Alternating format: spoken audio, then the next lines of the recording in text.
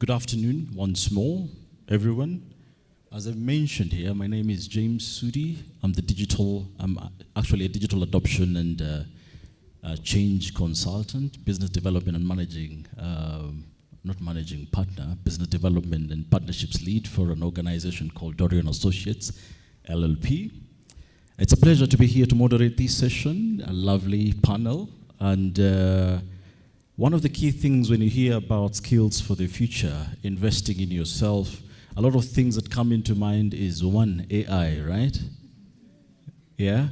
We've grappled with that thing. I mean, it's like, but we forget that our attitude is the most important thing for the future, and not just AI, right? So allow me, at this particular point in time, to dive into this panel. But before I do that, let me set the stage with a brief story. Imagine this scenario. It's 2035, okay? And Kenya has become the leading hub for digital innovation in Africa. The economy is thriving, powered by generations of skilled individuals and resilient businesses that ideally embrace technology, continuous upskilling, and have adapted to rapidly changing technologies and the environment the world is presenting them with. So one such individual here is called Amina. Now, this is a 30-year-old founder of a tech startup at Konza Technopolis. Her journey began not with vast resources, but with a deliberate choice. This is the choice to invest in herself. Amina enrolled in an online course on digital adoption and artificial intelligence. She also joined a mentorship program and used digital tools to scale her business globally. Today, she employs over 200 people and is empowering others to follow in her footsteps. This is very hypothetical. So Amina may exist somewhere in this room, but for the future. So stories like hers remind us that the future economy doesn't just happen to us. It's something that we actively shape by preparing ourselves. When? Today. Okay? So our session ideally will just explore how individuals and businesses, all of us seated in here, thrive in an evolving economy, as we have seen happening across the world. And who better to guide us in this particular conversation than the lovely panel that we have here today. Please join me once more in introducing and ideally welcoming our guests. Phyllis Migwi, Country General Manager at Microsoft. Karibu. John Paul Okwiri, OGW, Order of the Golden Warrior, right? CEO of Konza Technopolis Development Authority. Isaac Owila, Director, Head Operations, NCBA. And of course, Karen Nangila Musungu, Child Protection Officer at the Ministry of Labor, Social Protection, and an accomplished athlete. And congratulations, by the way. A round of applause to them. If you allow me, this session is going to be structured. For us to gain value, I decided to structure this session so well. First of all, we'll get to gain the perspective of each of our panelists. Then we'll follow with some cross-panel discussion questions, just to build some dialogue, okay? And then we'll open up the floor for the audience to just take away some questions and basically engage the panel. So Phyllis, allow me to just dive into having this conversation with you. Your career in the tech landscape and the leadership has been so inspiring, right? Can you please share some pivotal moments that you have had where investing in yourself have really significantly shaped your journey to date? Thank you. Good afternoon, everyone. It is an absolute pleasure to be here. So I'll start with something that unless you're close to me, most people don't know. And this becomes important because of the conversation that I came into with the previous panel. I think our panelist, the keynote speaker and the panelist, Kenneth, kept referring to education being an investment and skilling being an investment. I actually started my career in finance. I'm allowing that to sink in. But I've spent the last 20 years in technology. Why am I sharing that part? That pivot required a reskilling. And when I heard what our moderator started with and the story he was telling, that story is only possible for someone who's constantly iterating themselves. They're dropping some things and they're learning new ones. So for me, one of the pivotal moments was deciding to leave a job at a multinational that was based in Kenya in the finance department and take an internship in India at a technology firm. That started the journey that I have been on since. The next pivotal moment was choosing a role that I did not think was a fit at the time it was being sold to me. I never imagined that I would do a sales role. But the person who was seated across from me kept insisting, with the way that you think, how you process things, you would be the best fit for in front of our customers. Please consider the role. What I was trying to do at the time was do a role that would essentially be supporting other people to do the thing I was being asked to do. But they asked me to do it. That required that I get technical very fast. There's a gentleman seated right across from me who knows that journey. Because I would go into meetings to talk about technical solutions with people. By this time, I've done the internship in India. I can speak the language, but now I'm talking about going really deep technical. The next very pivotal moment for me was a choice that I was given. I get a phone call, and someone says to me, I've heard about you from people that I trust. Would you be willing to move? They're not telling me anything beyond that. They just said, would you be willing to move? And I said yes. And they said to me, there's an opportunity in Europe. Again, I asked, would you be willing to move? And I did. I didn't go to school in Europe. I had never worked in Europe.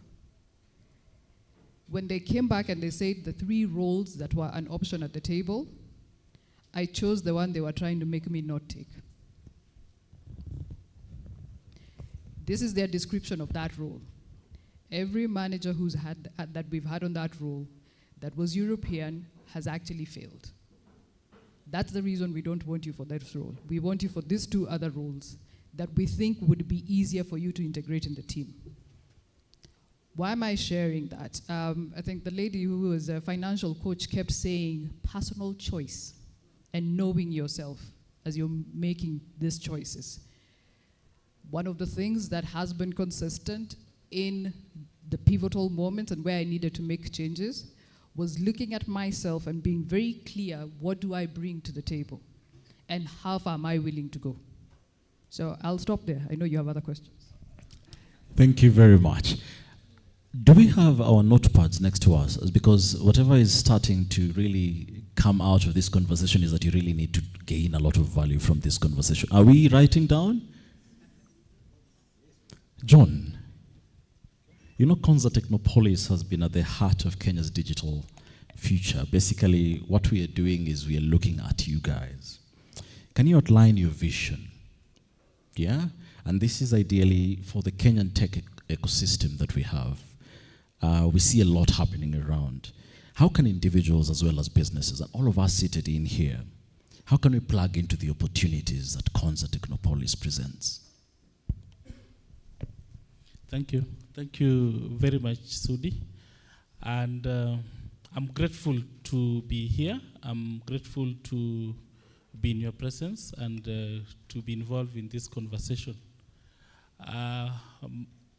Konza Technopolis, we are the implementing agency of the Konza Technopolis project, which aims to transform our country into a newly industrializing middle-income country, providing high quality of life to Kenyans and its residents by the year 2030. We seek to develop a sustainable smart city and an innovation ecosystem that will contribute to our country's knowledge economy. So Konza Technopolis is a very futuristic project, and we are at the center of ensuring that we realize this vision. And as far as our mandate goes, we are to develop this necessary infrastructure that our country needs to transform itself into a knowledge economy. So what are we doing? We are providing the necessary infrastructure. In terms of to digital transform as a country, there are some basic infrastructure that must be in place. For example, the plan now focuses on digital superhighway. And Konza Technopolis, we have developed a state-of-the-art data center that will be able to provide this necessary infrastructure for our SMEs, our innovators, to provide a cloud environment and a storage facility that can enable them to scale up, can enhance scalability of their innovations. So that is what we are providing. And what we encourage for our innovators is to plug into this infrastructure that has already been provided. We are working with partners to ensure that our country transform into a digital economy. So for the SMEs, the startups in the room, Konza is providing you with that environment that will enable us to transform our economy. Thank you very much. Quite a number of pivotal issues here. I think it's good to have seen Phyllis mentioning her personal pivotal moments. One of the key things you also need to know, we have the Open University of Kenya. They're having their first graduation soon, right?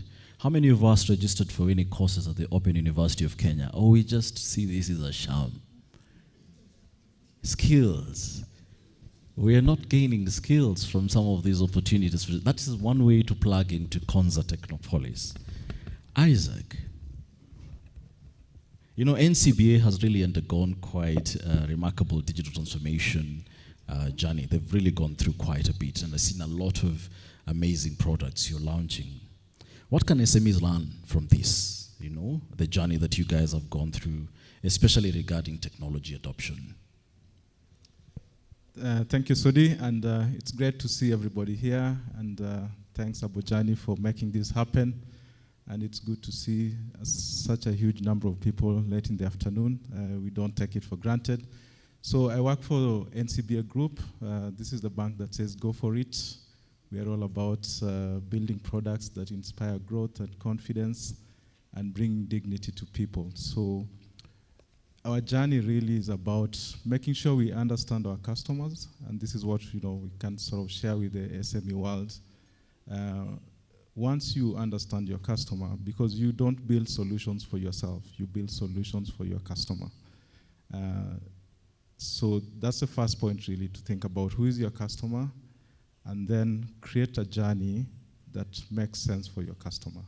The only way you can be able to do this is constantly getting feedback and being able to incorporate that feedback into the processes that you build. So continuous iteration and use of data, because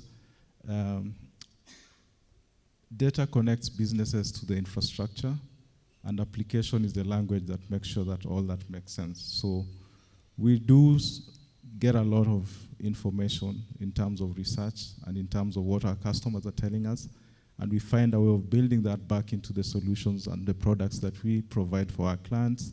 And we've been very successful at doing that and deploying the technology while at it. We are well known for products such as Fuliza, Mshwari, and now we are also in a unique position as a bank, because we are a bank that also has a digital financial business as part of our product offering in the name of Loop Digital Finance. So that is really what we do. We try and find out and get enough data to inform the insights that we need to use to drive the products that we offer to our customers. And the only way to be successful is to find a way of iterating that multiple times and allowing your customers to have the best experience built on the best technology by the best people in the market, and that's NCBA Group. using partners that some of them are on stage with me.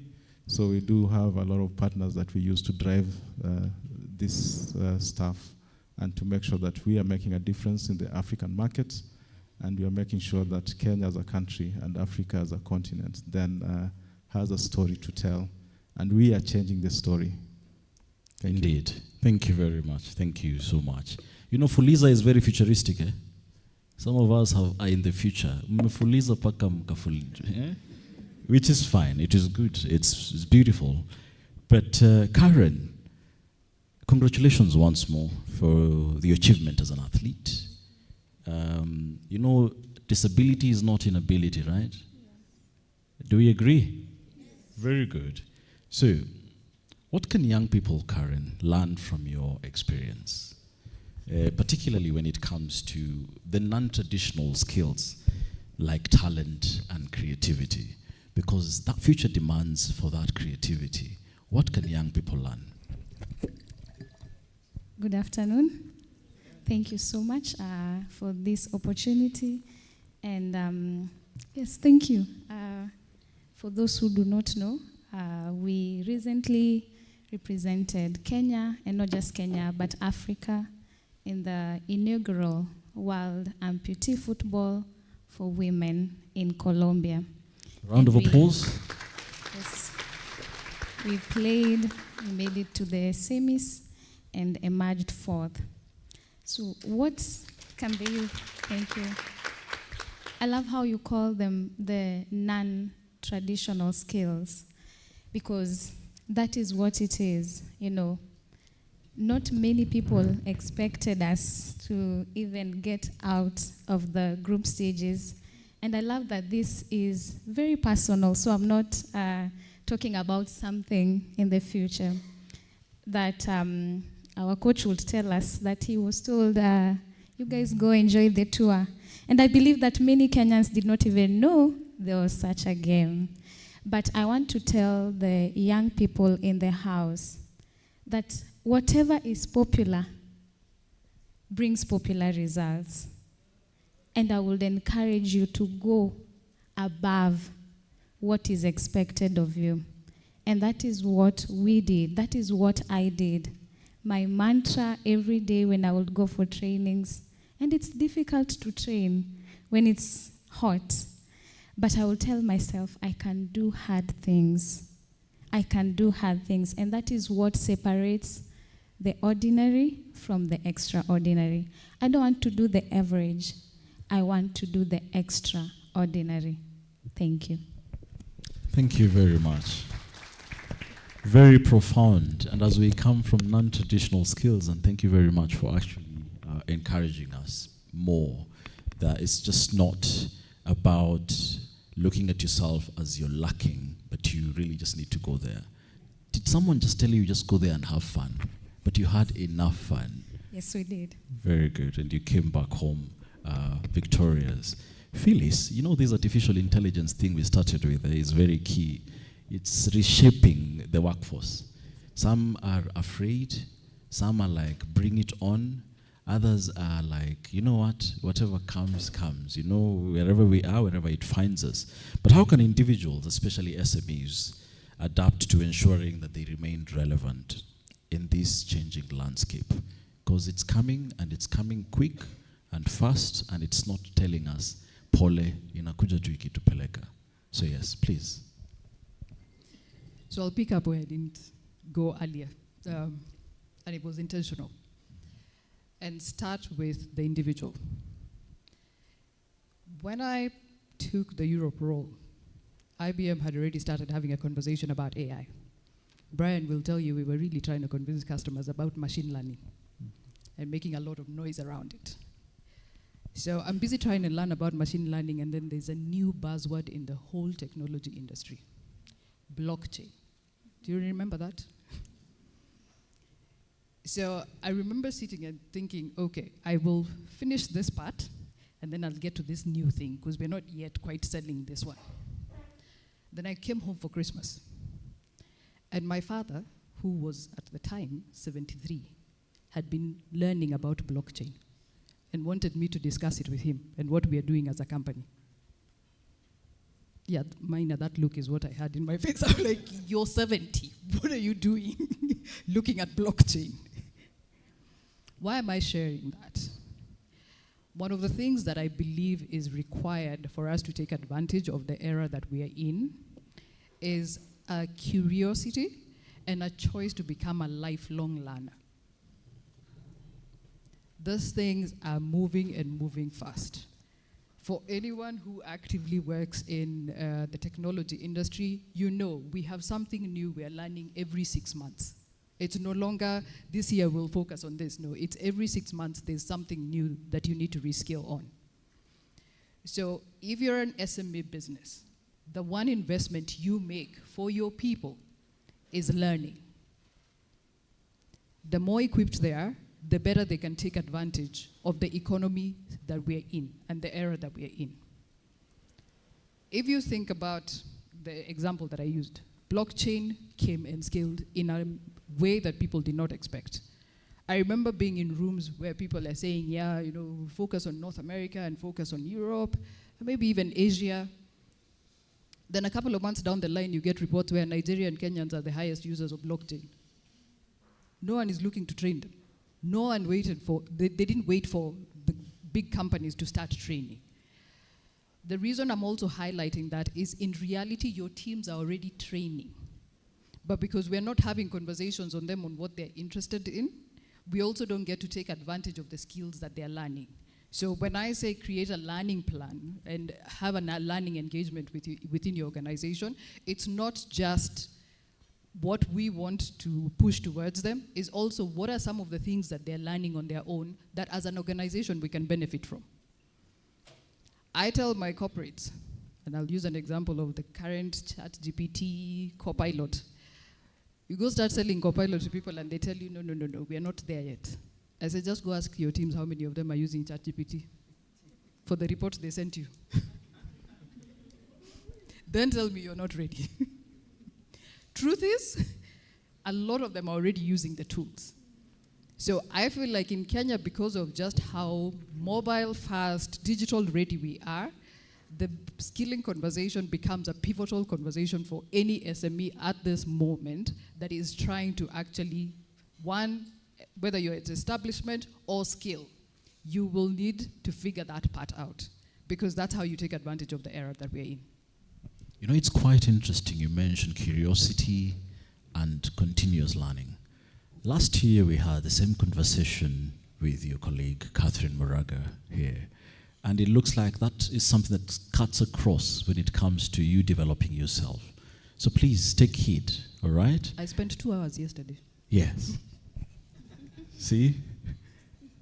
You know, as you speak about learning, I know Konza has some things in place as John, you mentioned a couple of things you're doing. There are certain programs that I think you have in place that SMEs can benefit from. Like you could just mention 2 or 3 that are very key that people can plug into.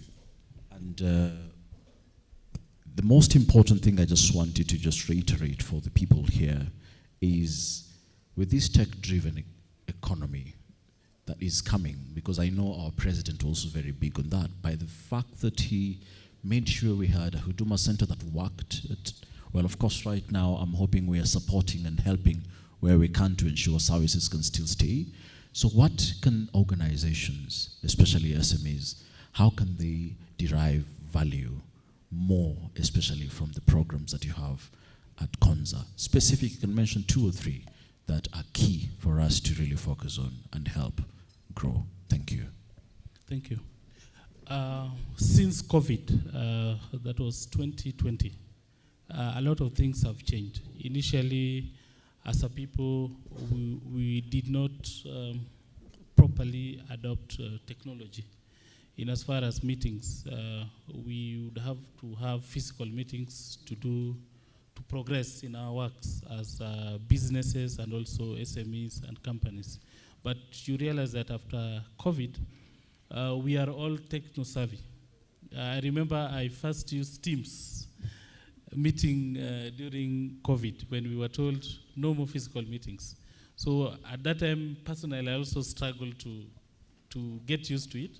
But then we adopted it very fast, and now it's very okay to hold a meeting, a management meeting while at home, you know. And we are all comfortable, and things progressed, and the work never stopped. So since COVID-19, as Konza Technopolis, we realized that there was a gap, especially in our population, and also looking at the digital work environment. You realize that now most companies are able, we are able to work from home for companies in Europe, in America, and all these are opportunities that are available for us as Kenyans.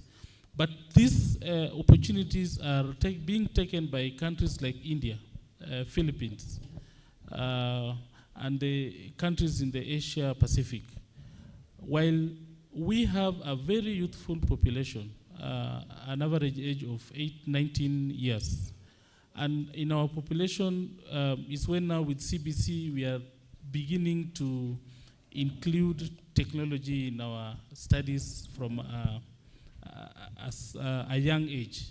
So as Konza Technopolis, we noticed this gap, and we've been able to begin a program called Jitume Digital Enablement Program that now focuses on the youth by providing them with an environment where they are able to access digital devices.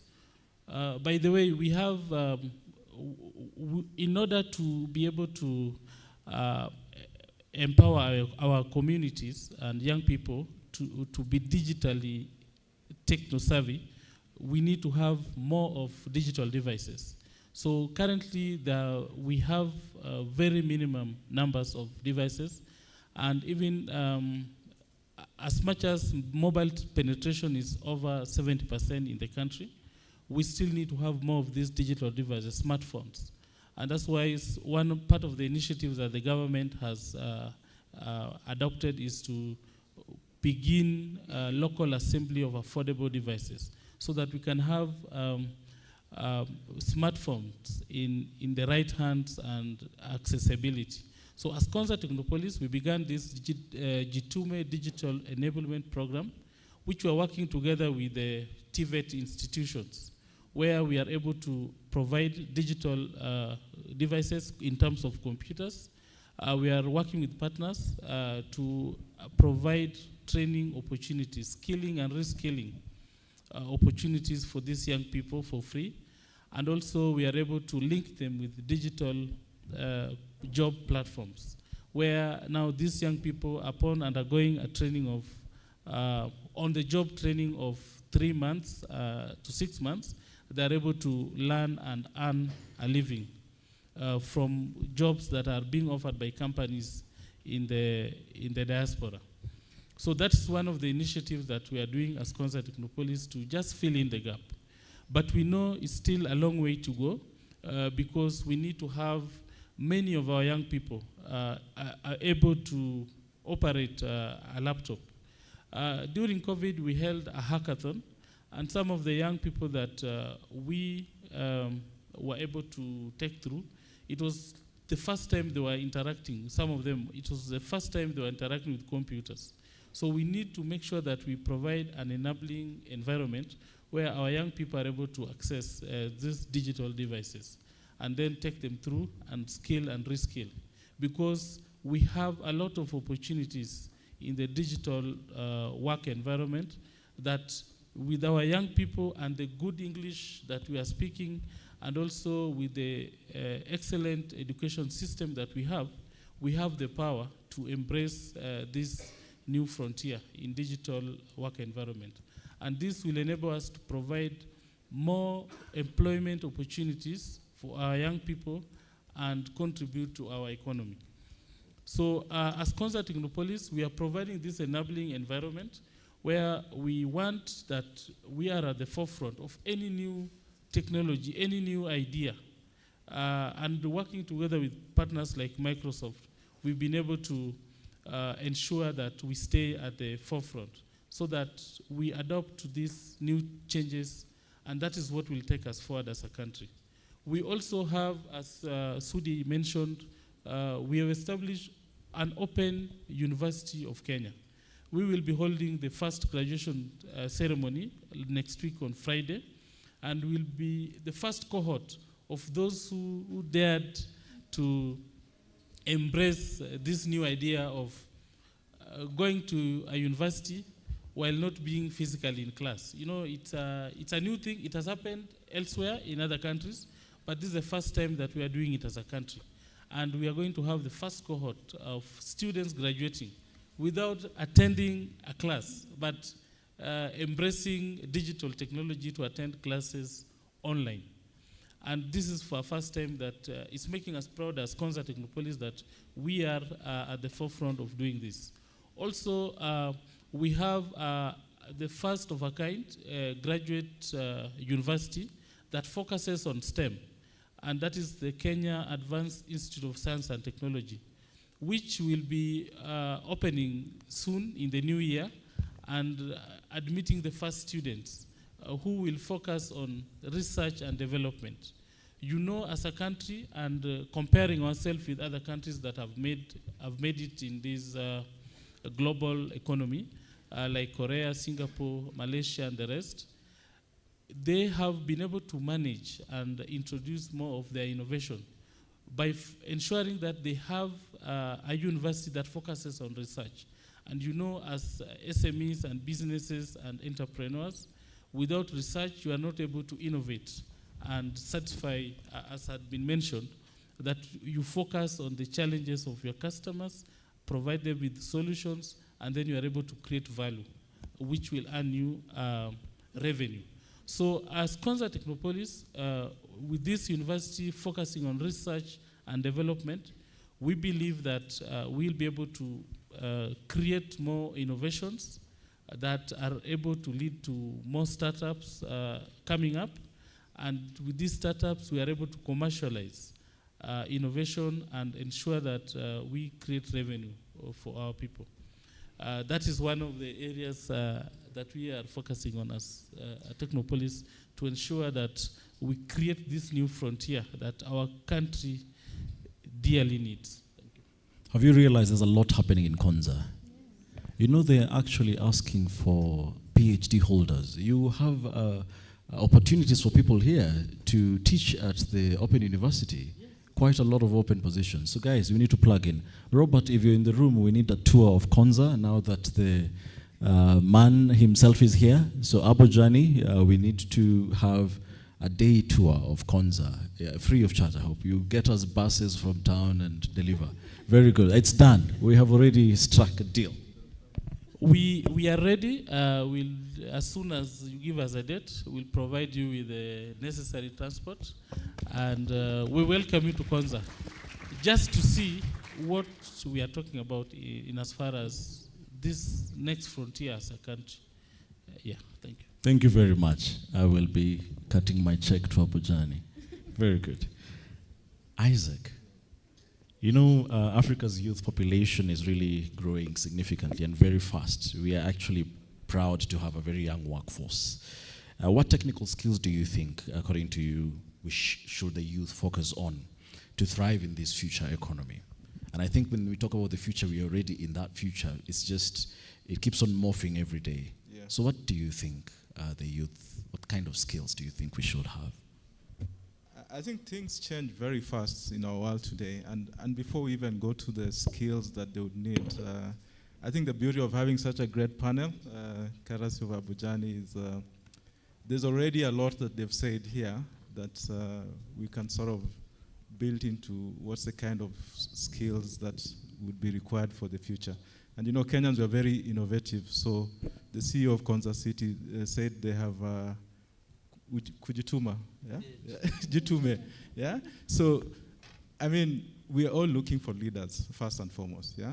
Those who can see what will happen in the future, and those who make things happen today. So, I think before we even get to skills, Kujituma, you need to jituma as a youth and take on the leadership mantle. I think Phyllis spoke about curiosity and lifelong learning. That is really something that, you know, we look for as we look for talent and And it's a baseline that the youth should have. And I think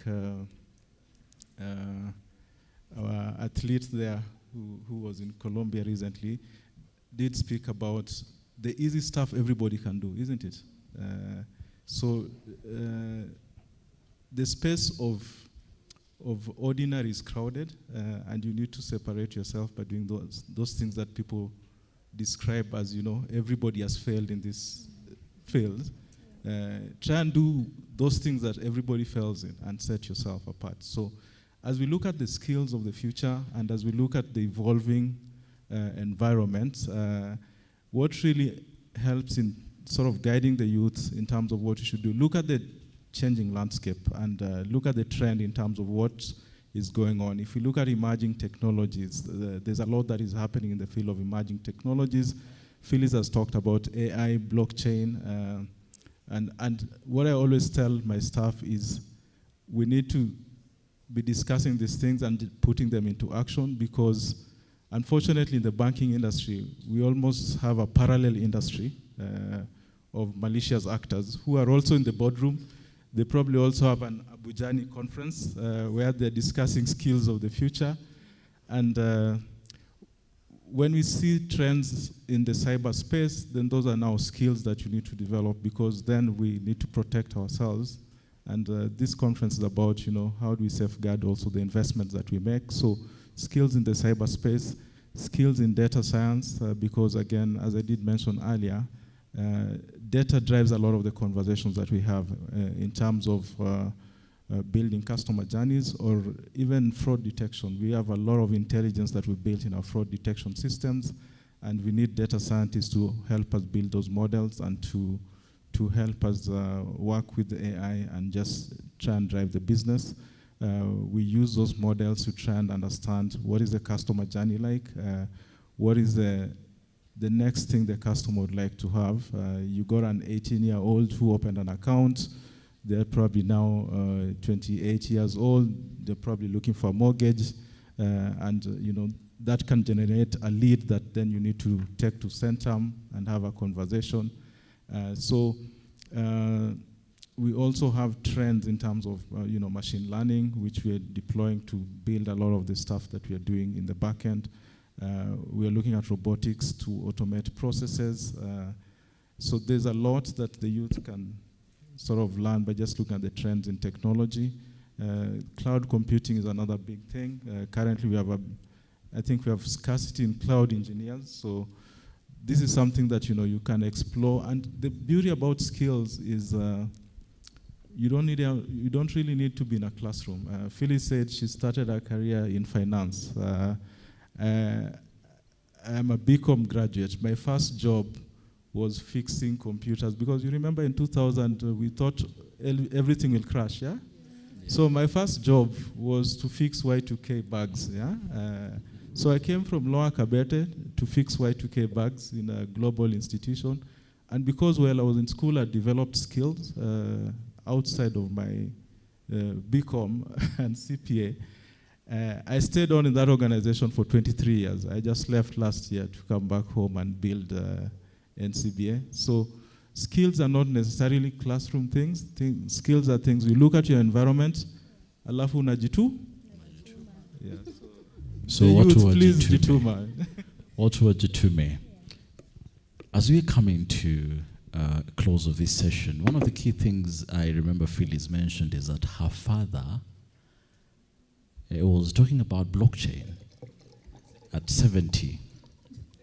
We're focusing on the youth, but you can see where the fire is, all right?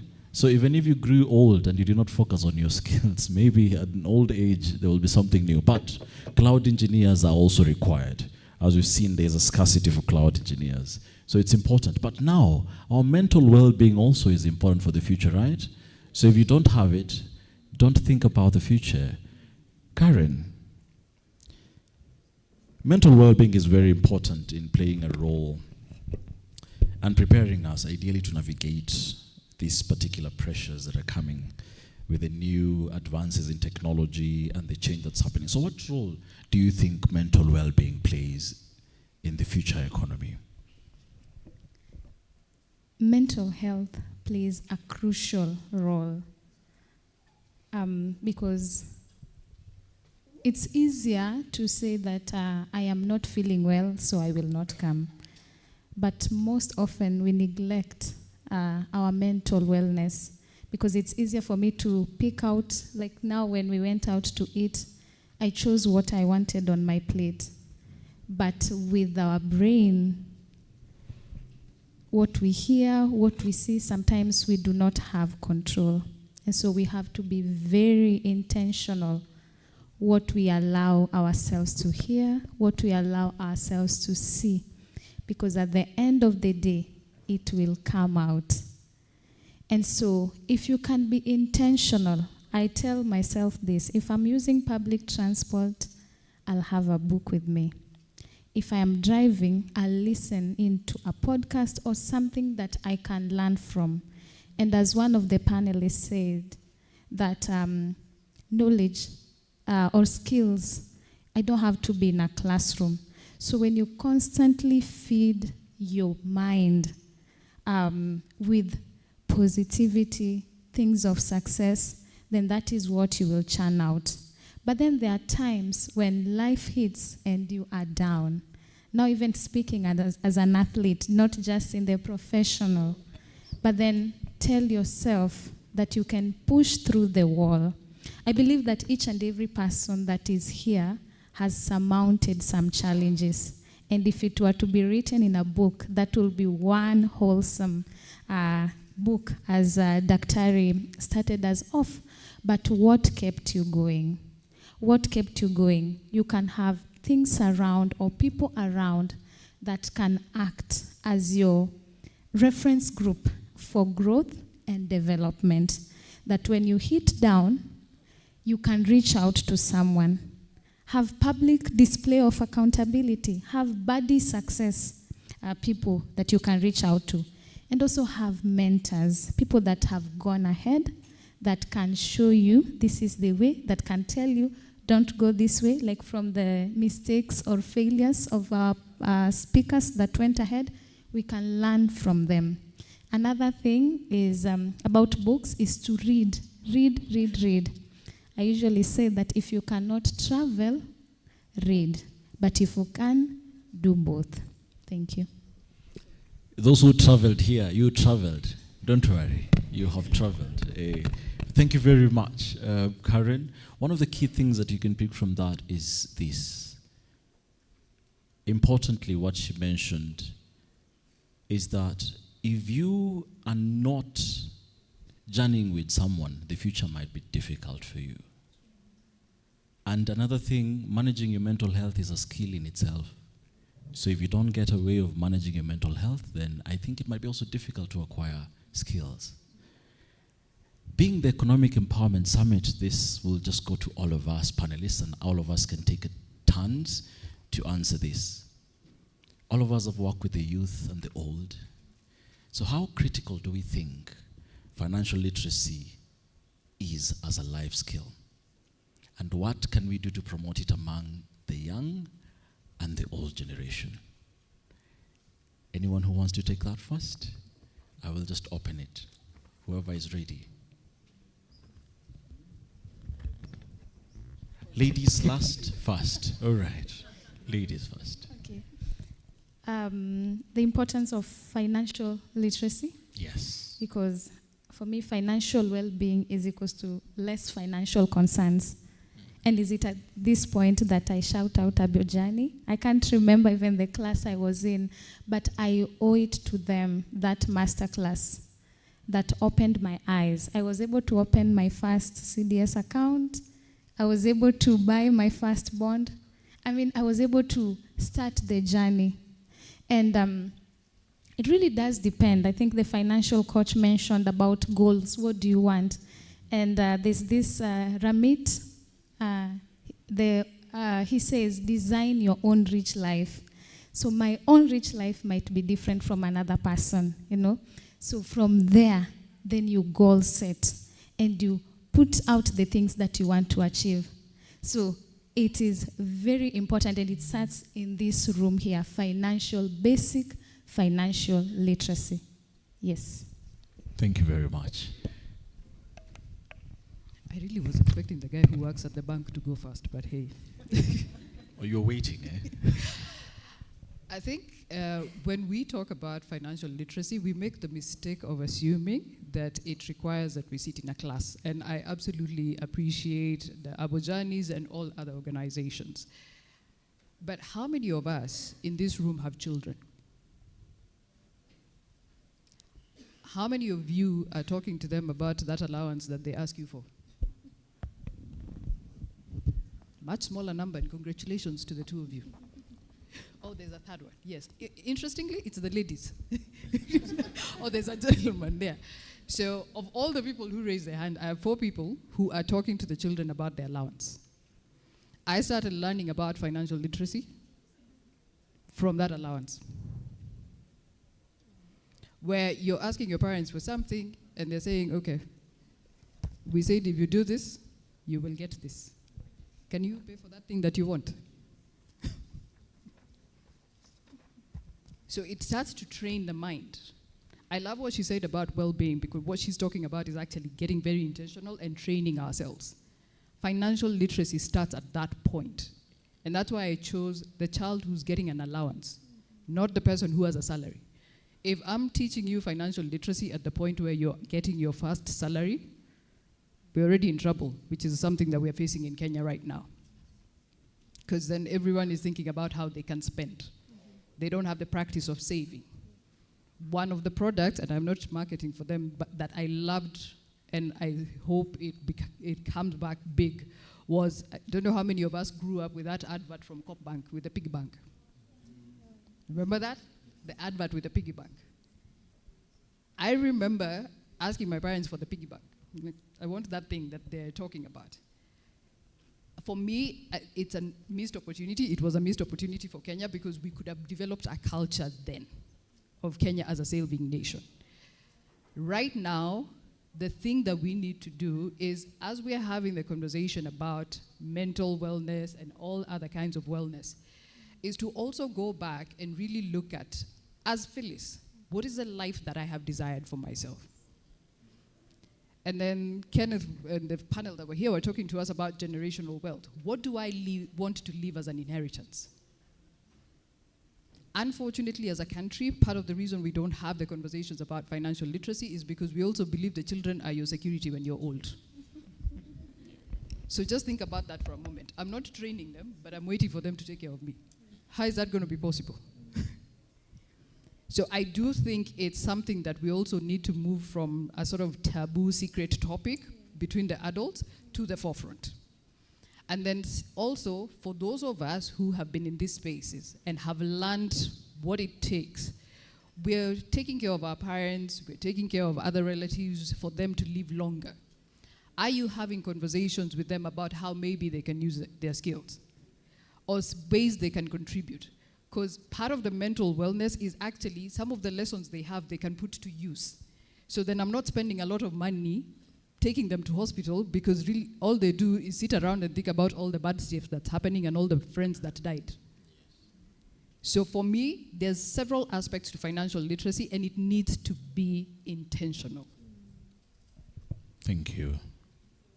So tell your dads and moms, they have some skills. Hata kama ni ya kuuza njugu, it's a skill. Financial literacy.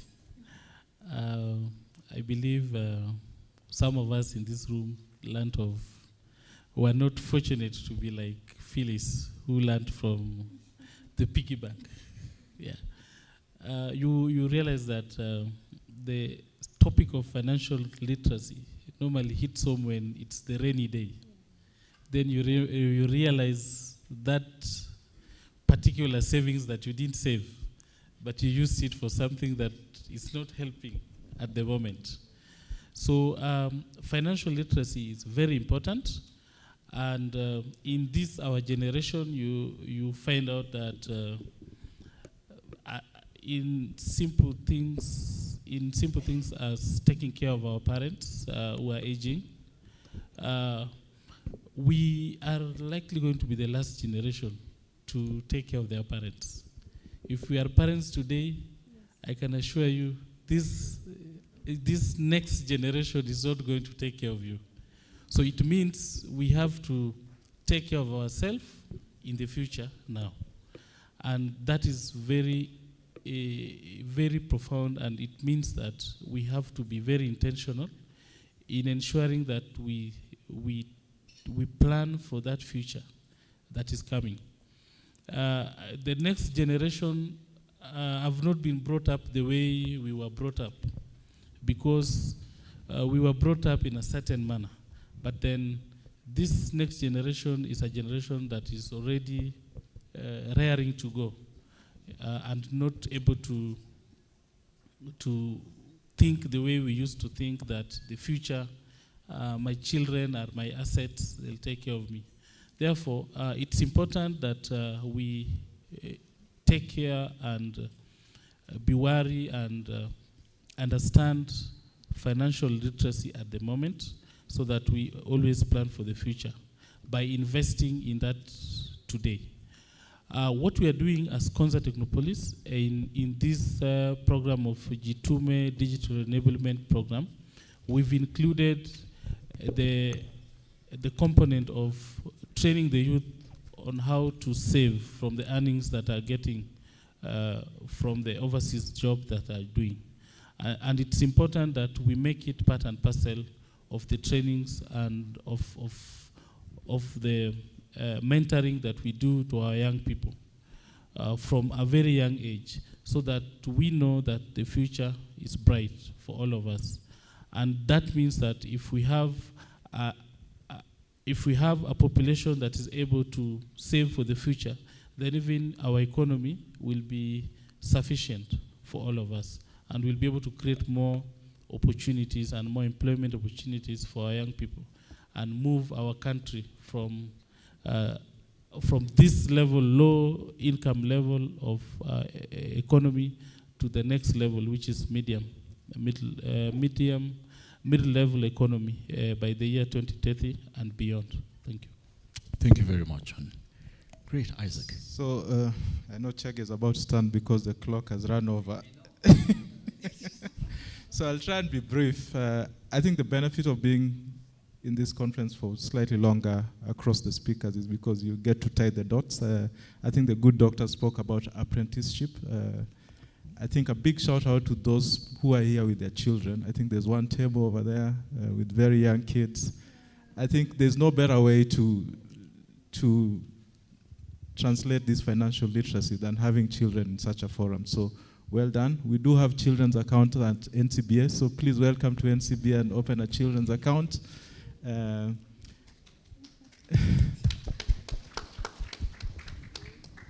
Yeah, and then the other thing is, we as Kenyans, I think we need to tell a better story about our own experiences. I think those of you who were here earlier, you heard about how John, because he didn't take insurance, he had to spend $70,000. You remember? Yeah. Because he didn't diversify, then he had to lose his life savings. Yeah, and I can tell you, I hear more stories with John. I mean, John is my boss, but those stories that really could improve my life, I get to hear them here. The other time we were having dinner with my sons and John, and I mean, I got more from the questions my sons were asking John than maybe from the questions I personally will ask John. So let's tell our story more and better. And then I remember Robert from Housing Finance talking about his 9 million shillings. So those stories, especially where you've made mistakes, use them to help build other people. And as Kenyans, I think, if you've burnt your fingers, sometimes we are happy to allow people to come in and also burn, instead of telling them, don't come here because you'll burn, yeah? So let's be good ambassadors and promote the story on financial literacy so that we can all grow as a nation. Thank you. Great, incredible insights. I have some incredible questions also. Apart from just having incredible insights that we received, just a few. You know, one of the key things I would like to mention here.